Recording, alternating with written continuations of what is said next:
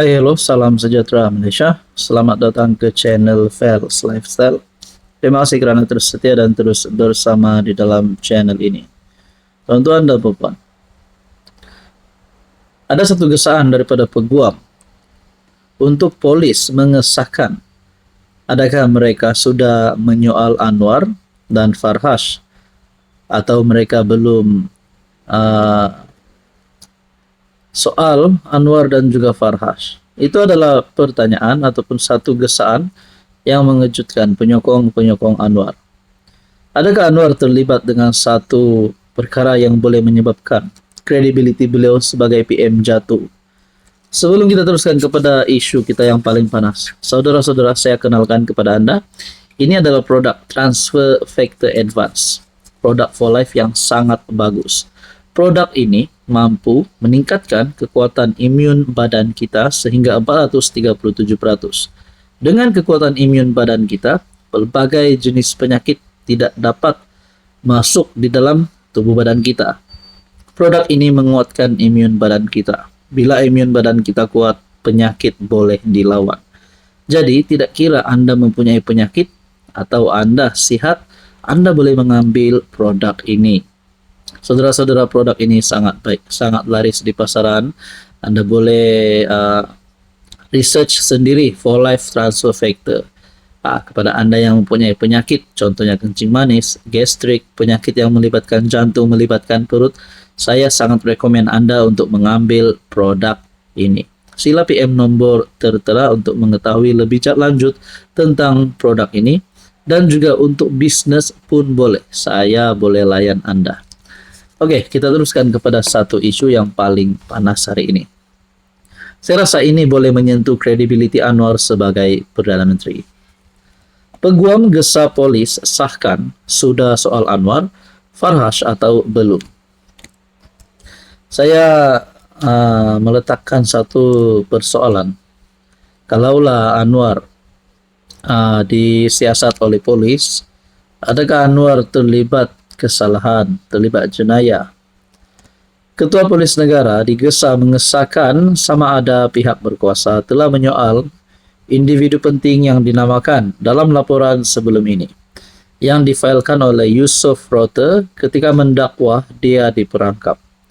Dalam surat kepada Nazarudin, Peguam Yusof mempersoalkan sama ada polis telah menyiasat atau merekodkan kenyataan Perdana Menteri Anwar Ibrahim dan bekas pembantunya Farhash Wafa Salvador semasa perbicaraannya di Mahkamah Tinggi KL.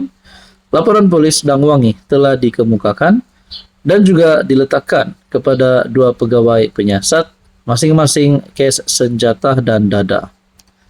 Tiada jawapan tuntas diperoleh mengenai status siasatan laporan ini, kata surat yang dihantar oleh firma guaman Law Practice of Rafiq.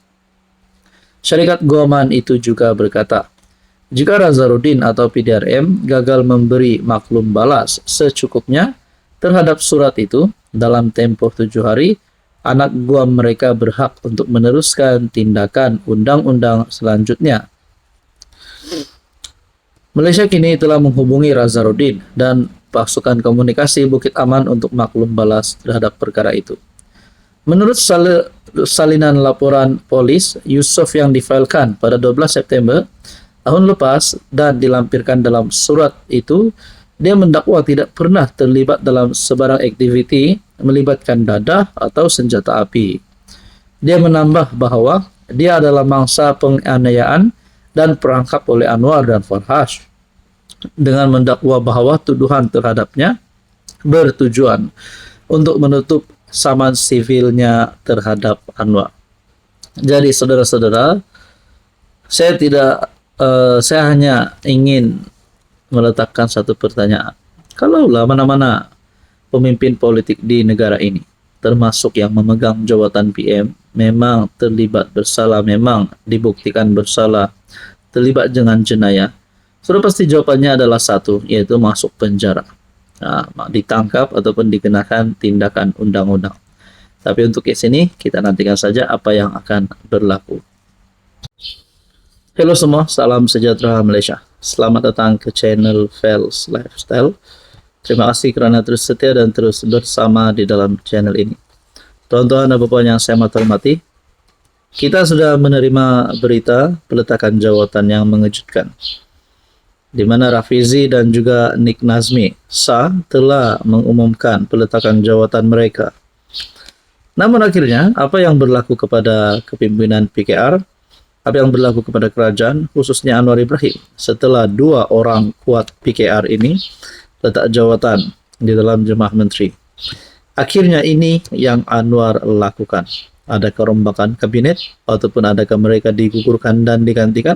Nah, ini keputusan terbaru Anwar.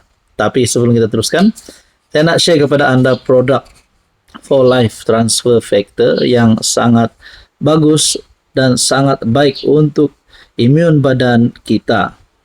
Produk ini mampu meningkatkan kekuatan imun badan kita sehingga mampu melawan pelbagai jenis penyakit. Tak kira penyakit luaran kah, penyakit dalaman. Tetapi ini menguatkan, bantu untuk meningkatkan dan mendidik imun badan kita untuk menjadi bijaksana melawan pelbagai penyakit. Saudara-saudara, mungkin ada yang tertanya-tanya, adakah produk ini boleh diambil semasa Anda memakan obat yang lain? Jawabannya adalah iya. Anda boleh mengambil produk ini walaupun dalam masa yang sama Anda sedang mengambil obat daripada hospital ke, daripada klinik, daripada mana-mana.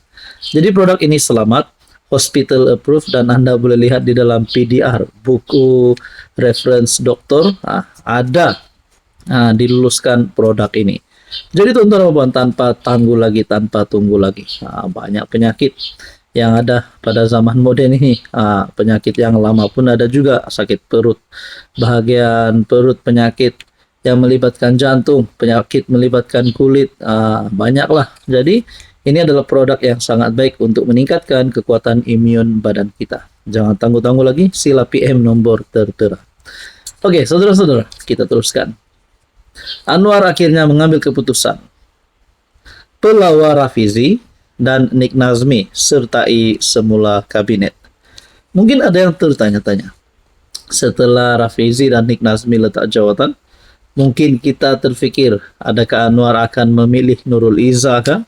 Adakah Anwar akan memilih mana-mana pemimpin untuk mengisi kekosongan kedua-dua menteri tersebut, yaitu Menteri Ekonomi dan juga platform yang dipegang oleh Nick Nazmi? Tapi akhirnya Anwar telah mengambil keputusan untuk mengambil semula, mempelawar Rafizi dan Nick Nazmi untuk masuk balik di dalam kabinet. PM berkata dia berhasrat untuk melihat bekas Menteri Rafizi Ramli dan Nick Nazmi kembali menyertai kabinet.